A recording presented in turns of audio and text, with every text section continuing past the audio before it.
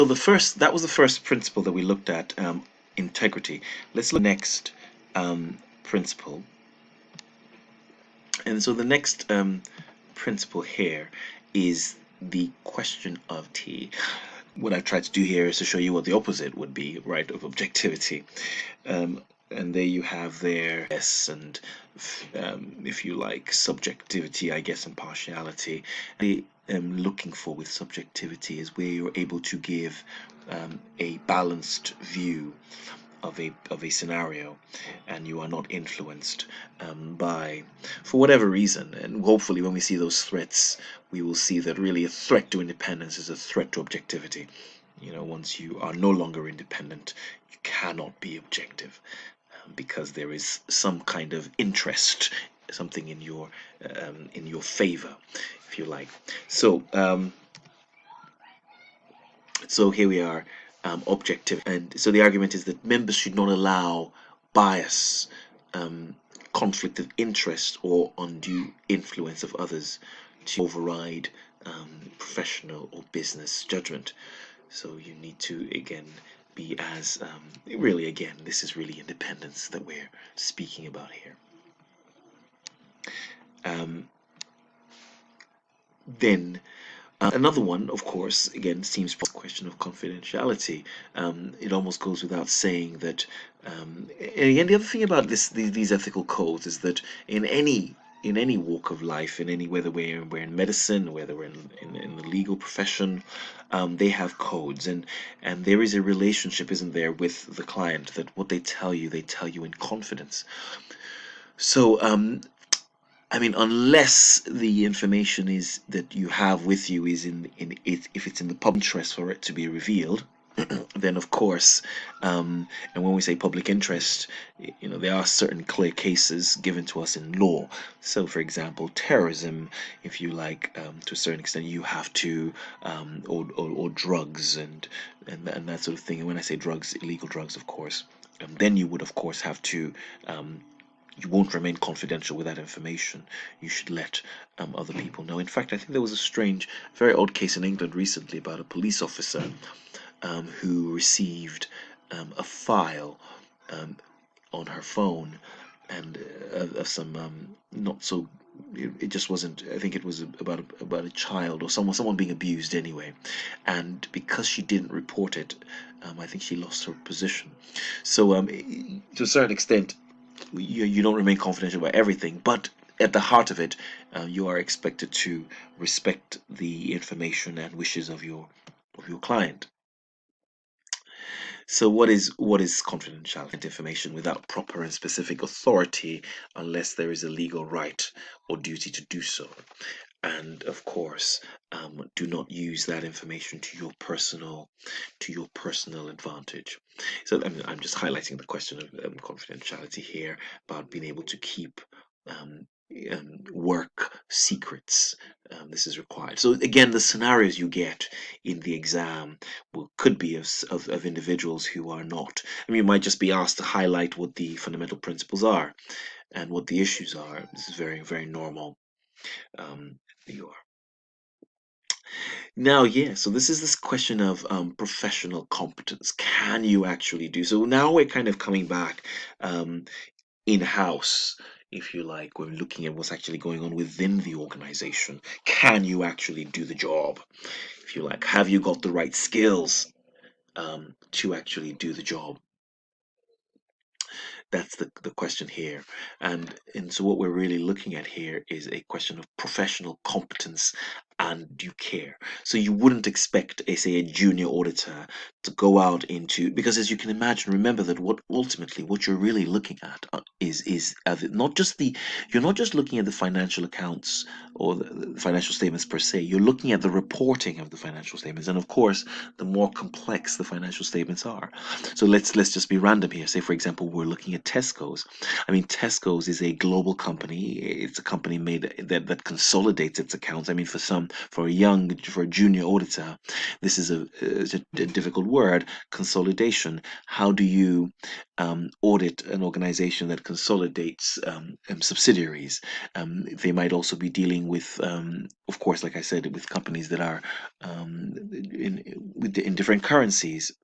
So how do you ensure that foreign exchange transactions of non-current assets, of current assets, of reserves, of subsidiaries, of associates have been correctly and fairly accurately, well, truthfully and fairly um, reported? Um, in court cases, disclosures. So you can see that it's important that you have people who are experienced. And I haven't even talked about the fact that we can be talking about different industries. So just you need someone who understands how inventory is measured and calculated, for example, in the oil and gas industry. So just to pretend that someone who looks at oil and gas, sorry, inventory in agriculture, or can easily transfer those skills into the oil and gas industry. Yes, fundamentally the standards are the same, but again, we're talking about very different products here. And on the oil and gas industry, we're talking about a lot of process costing and process accounting, and so that you can see there are issues there. So it's ensuring that the right people are qualified for a job before letting them go on to it.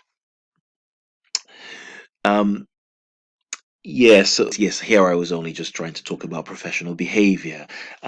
We wouldn't expect, you as within the profession to take advantage, if you like, of your knowledge or your position, if you like, to the disadvantage of your client. So members should comply with relevant laws and regulations, and avoid discrediting the profession, if you like.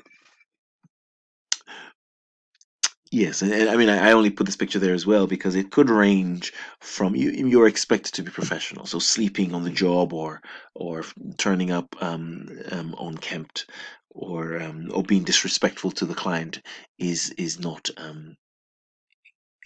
desirable according to the code. Right, great. So we're moving on now to discussion of so now we've looked at the principles. Now let's look at the threats. So what I'm going to do is I'm going to go through my slides on this question of threats, just to kind of highlight them. And then I have to come back to the textbook because the textbook does go into a bit more detail as to what these threats are, and examples of them, and how we actually manage them.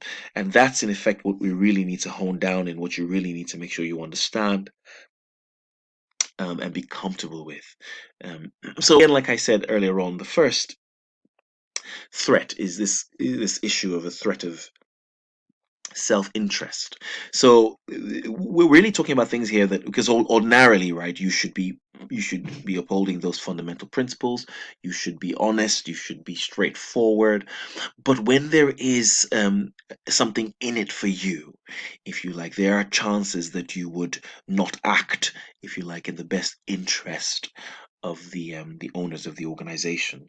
So this very first threat here, self-interest, that you can see here, says this occurs when there is a beneficial interest in a client's performance, and this could vary. There could be, you just have to read the scenario and decide that and there are quite clear what they are. If this will bring some kind of benefit to the auditor, then you would consider that to be a self-interest threat. So, for example, when the auditor of a member owns their or a member of their family, and so a connected member of your family, think about it. If your wife owns shares in an organization, and you were the say the audit manager here, or the audit partner here, as yes, actually, then you can see that. I mean, the question is, how objective can you be?